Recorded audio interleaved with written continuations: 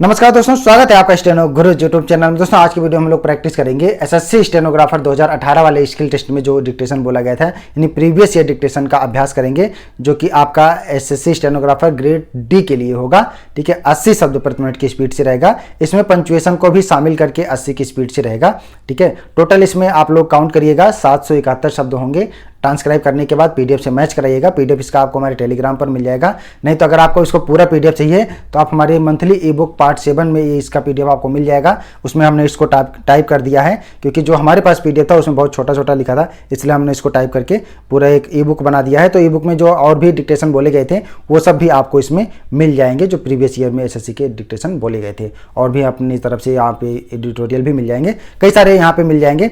तो आप लोग इसको जरूर प्रैक्टिस करिएगा और प्रैक्टिस करके बताइएगा कितनी मिस्टेक आ रही है। और अगर आप हमारे टेलीग्राम से नहीं जुड़े हैं तो टेलीग्राम से जुड़ जाइएगा। टेलीग्राम पर ही सारा पीडीएफ आपको बिल्कुल फ्री में मिलेगा। ठीक है, और इसका पीडीएफ चाहिए आपको मंथली ई बुक का, तो वीडियो के डिस्क्रिप्शन में लिंक दिया गया है, वहाँ से जाके डाउनलोड कर सकते हैं। मात्र 16 रुपये का चार्ज है, इस पर 16 रुपये पेमेंट करके आप कर सकते हैं। इसके अलावा दोस्तों अगर आप डेली डिक्टेशन चाहते हैं तो आप चाहें तो हमारे चैनल का मेंबरशिप ले सकते हैं या हमारे पेड ग्रुप को ज्वाइन कर सकते हैं, जिसमें अभी RSM SSB Bihar ASI SSC stenographer और RRB स्टेनोग्राफर के लिए स्पेशल बैच चल रहा है। अगर आप चाहें तो इसका अवसर का लाभ ले सकते हैं। अधिक जानकारी के लिए आप हमें मेल कर सकते हैं। हमारी मेल आईडी है studyforstenographer@gmail.com, या हमें कमेंट करके भी पूछ सकते हैं। तो ज़्यादा समय ना लेते हुए स्टार्ट करते हैं। अगर अभी तक आपने हमारे चैनल को सब्सक्राइब नहीं किया, रेडी, 5 सेकेंड, स्टार्ट। सभापति महोदय, आपने मुझे सदन में अपनी बात रखने का अवसर दिया, इसके लिए मैं आपको धन्यवाद करता हूँ। जब मैं पहली बार इस सदन का सदस्य बनकर आया था तब मैंने अपनी मातृभाषा में सदन को संबोधित किया था।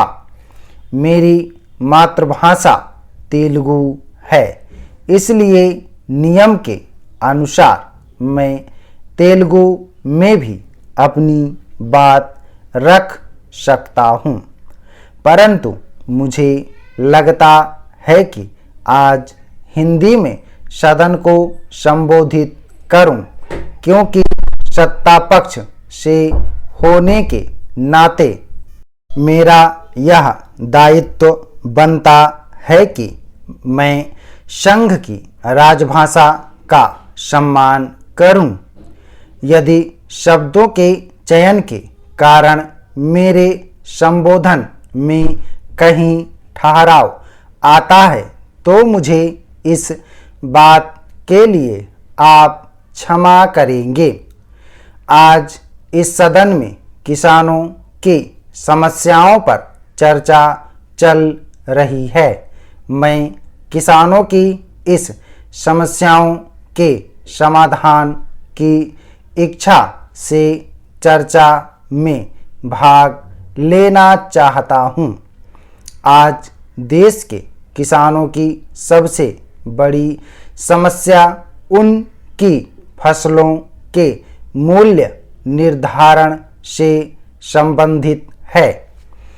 मैं आपके माध्यम से मंत्री महोदय से यह जानना चाहता हूँ कि क्या यह समस्या केवल छोटे किसानों की है।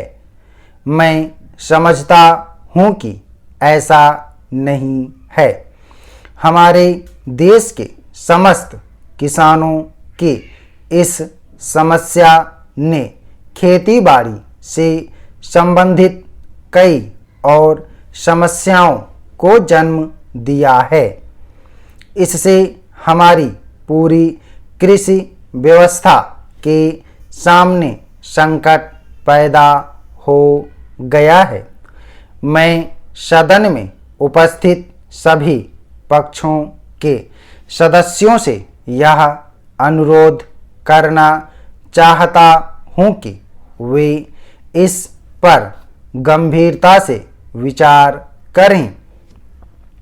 देश की जनता ने विपक्ष में बैठी पार्टी के खिलाफ एक राजनीतिक निर्णय लिया है, जिसके कारण उनका लगभग 72 वर्ष पुराना शासन समाप्त हो गया। मैं आपकी पार्टी के नेतृत्व में बनी विभिन्न राज्य सरकारों को भी सचेत करता हूँ कि वे जनता से किए गए वायदे को पूरा करें। यदि वे शीघ्र से शीघ्र किसानों की समस्याओं को हल नहीं करेंगे तो किसान उनके विरुद्ध वैसा ही निर्णय लेने के लिए बाध्य होंगे जैसा पिछले आम चुनाव में लिया था। मेरा मानना है कि कृषि प्रधान देश होने के नाते इस सभा के अधिकतर सदस्य किसानों के वोट से चुनकर आते हैं। जो हम चुनते हैं उनमें से 2/3 किसान पूर्णतया गरीब हैं। ये छोटे और सीमांत किसान बड़ी मुसीबत में हैं। ये ऐसे किसान हैं जिनका सबसे अधिक शोषण हुआ है। पूर्व की सरकार ने इन किसानों की स्थिति के बारे में कभी विचार नहीं किया। स्वतंत्रता प्राप्ति के लगभग 72 वर्षों के शासन काल में सभी सरकारें इसके प्रति उदासीन रहीं। सभापति महोदय, पिछले वर्ष हमारे गृह राज्य में भ्रम के कारण सरकार और जनता के बीच तनाव की स्थिति बनी रही। हिंसा का रास्ता अपनाए जाने की कोशिश की गई। मेरा मानना है कि लोकतंत्र में ऐसे तरीकों के लिए कोई स्थान नहीं होना चाहिए।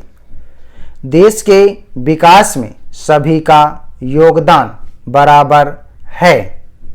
कोई भी व्यक्ति या वर्ग अकेले देश का विकास नहीं कर सकता।